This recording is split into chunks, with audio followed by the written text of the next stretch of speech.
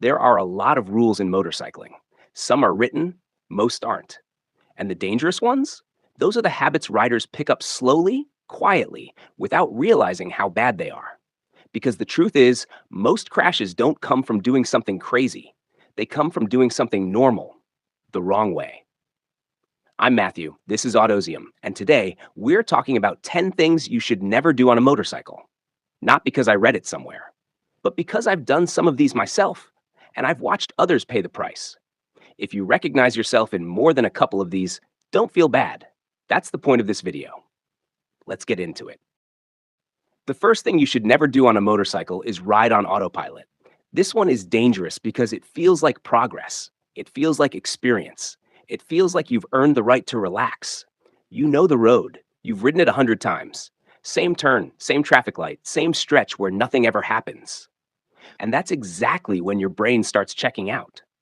You're still riding, but you're not there anymore. Your hands are doing the work, but your mind is replaying a conversation, thinking about work, planning what you'll do when you get home. And the scary part? The bike keeps moving just fine until it doesn't.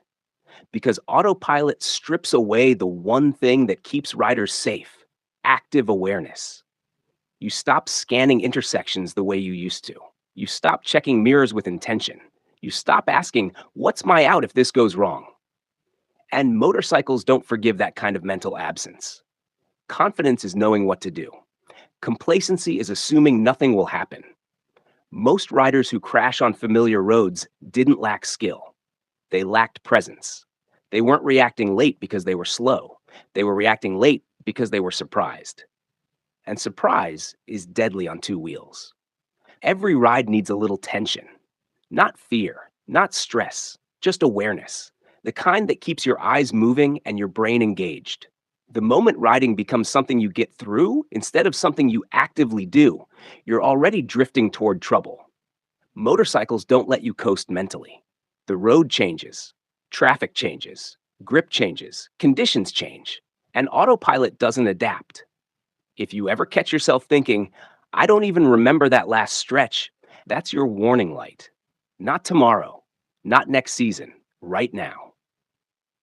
The second thing you should never do is grab the brakes in a panic without practice. A lot of riders believe braking is instinct, that when the moment comes, their body will just do the right thing. That belief gets people hurt. Under stress, you don't rise to the occasion. You fall back to whatever you've practiced most. And for a lot of riders, that's nothing. So when something happens, a car pulls out, traffic stops short, a corner tightens, the brain panics and the hands grab. Too hard, too fast, no finesse, no balance, just survival mode. That's how front wheels lock. That's how bikes stand up mid-corner. That's how riders run straight into the thing they were trying to avoid.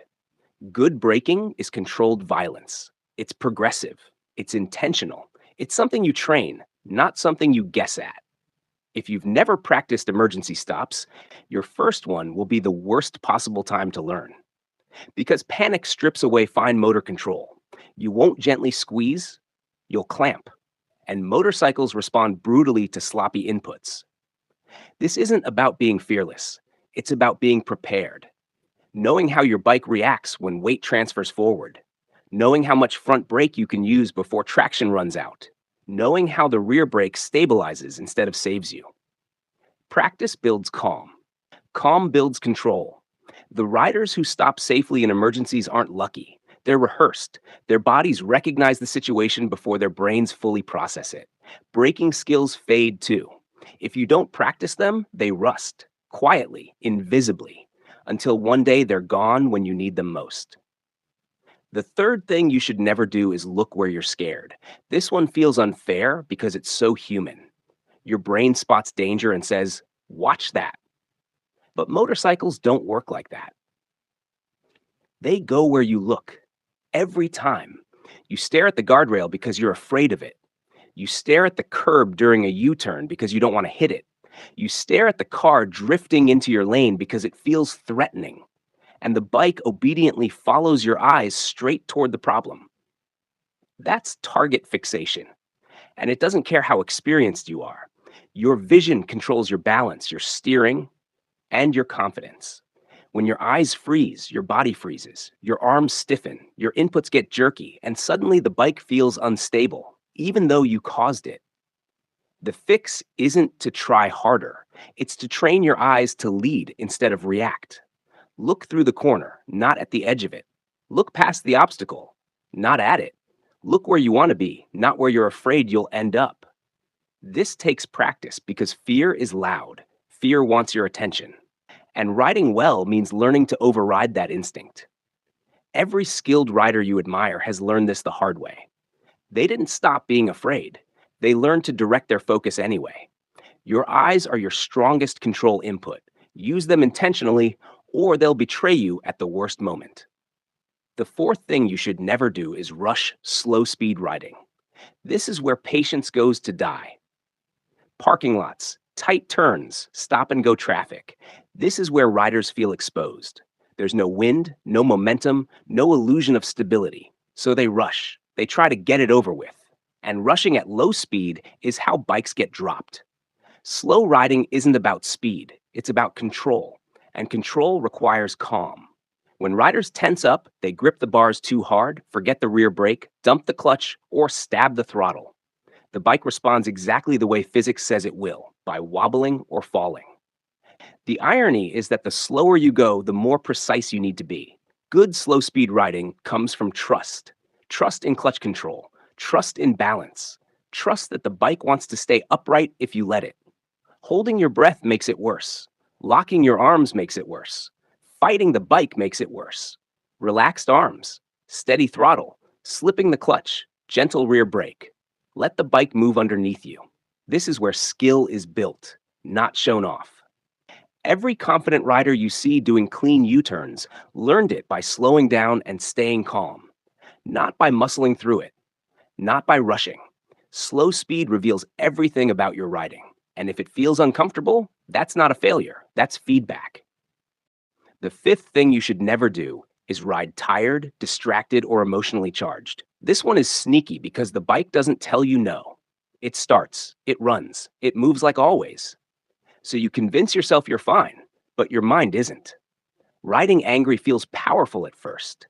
Everything feels sharp, aggressive. You twist the throttle harder than usual. You take gaps you wouldn't normally take. You react instead of anticipate. And anger narrows your vision. You stop seeing the whole picture and start seeing insults instead. Cars that cut you off. Drivers that don't respect you.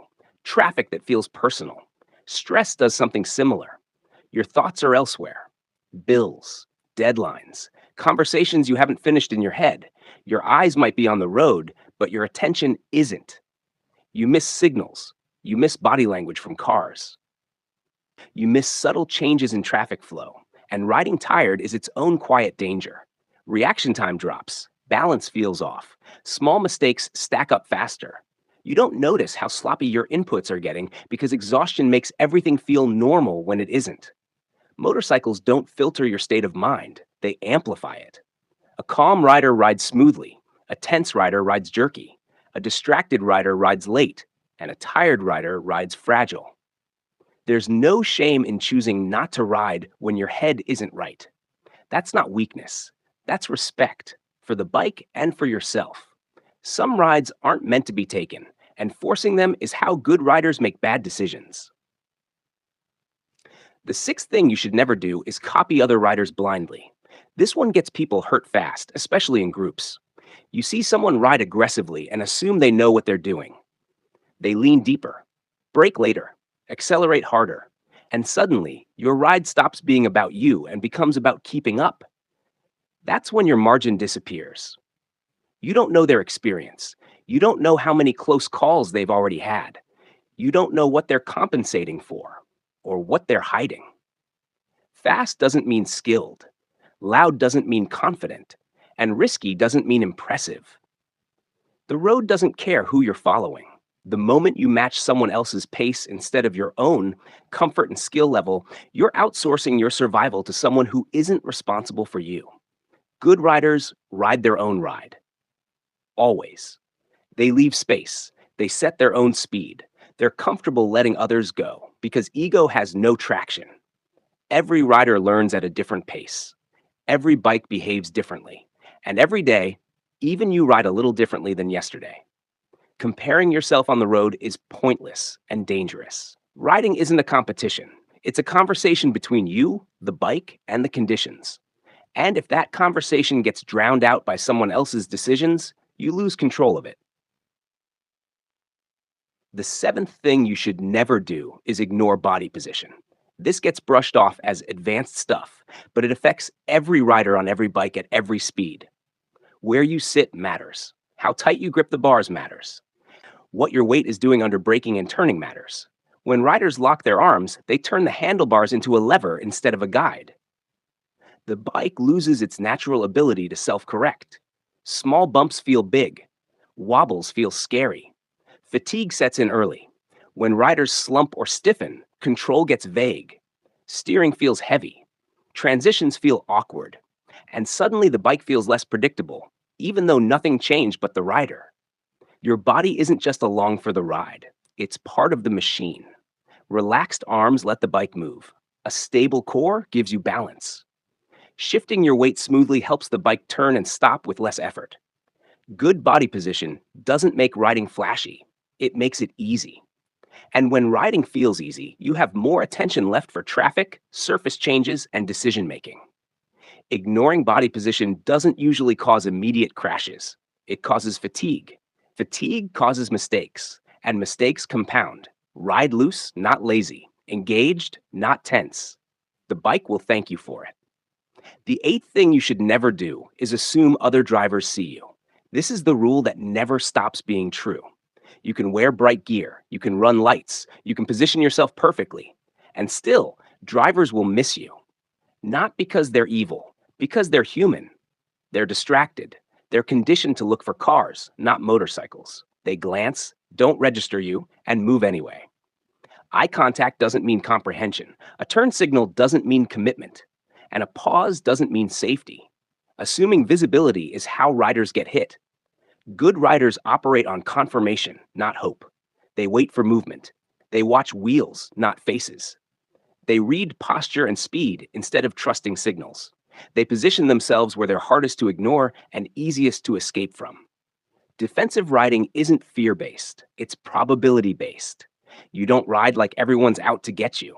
You ride like everyone might make a mistake, because one mistake from a car is all it takes. Staying invisible in your mind keeps you visible in reality.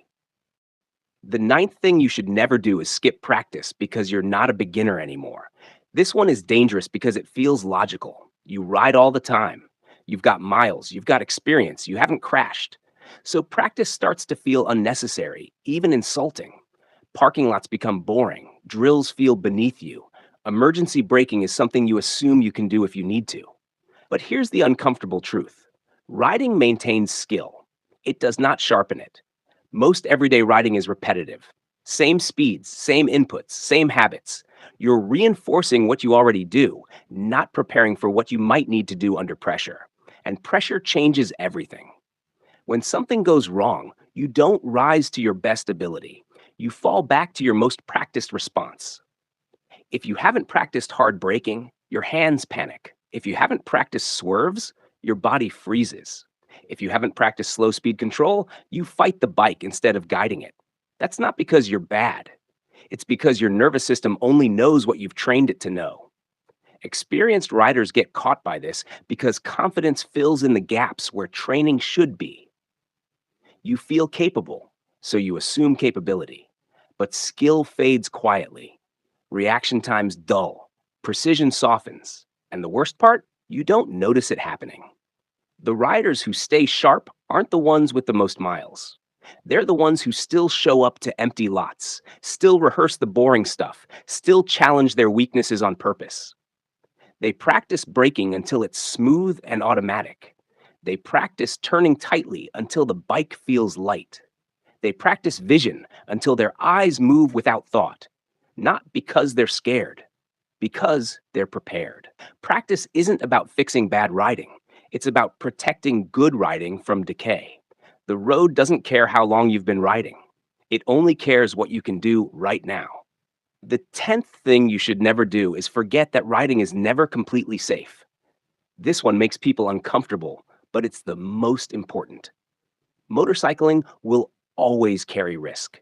No amount of gear, experience, or technology removes that completely.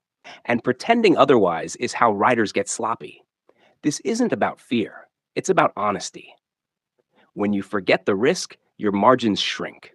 You take liberties. You justify decisions you wouldn't have made before.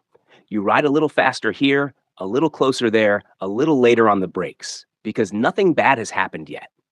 That yet is doing a lot of work.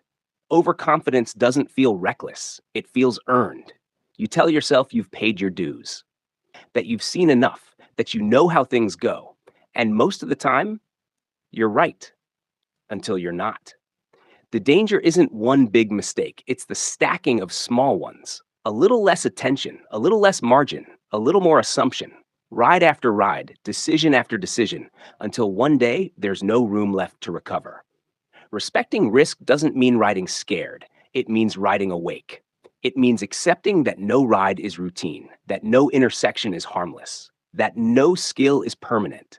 Good riders stay humble, not because they doubt themselves, but because they respect the reality of the machine they're on. The moment you believe you're above the danger is the moment you stop managing it. Motorcycling is incredible because it demands something from you: focus, awareness, discipline, presence. When you bring those things, the risk becomes manageable. When you don't, it waits patiently. Experience doesn't protect you by itself. Awareness does. And the riders who last the longest aren't the bravest or the fastest. They're the ones who never stop treating riding like it matters. Because it does. Every single time. If you take anything from this video, let it be this: most crashes don't come from doing one huge thing wrong. They come from stacking small mistakes, ride after ride, until one day there's no room left to recover. I'm Matthew. This is Autozium. If this video made you rethink even one habit, it did its job. Ride smart, ride present, and I'll see you in the next one.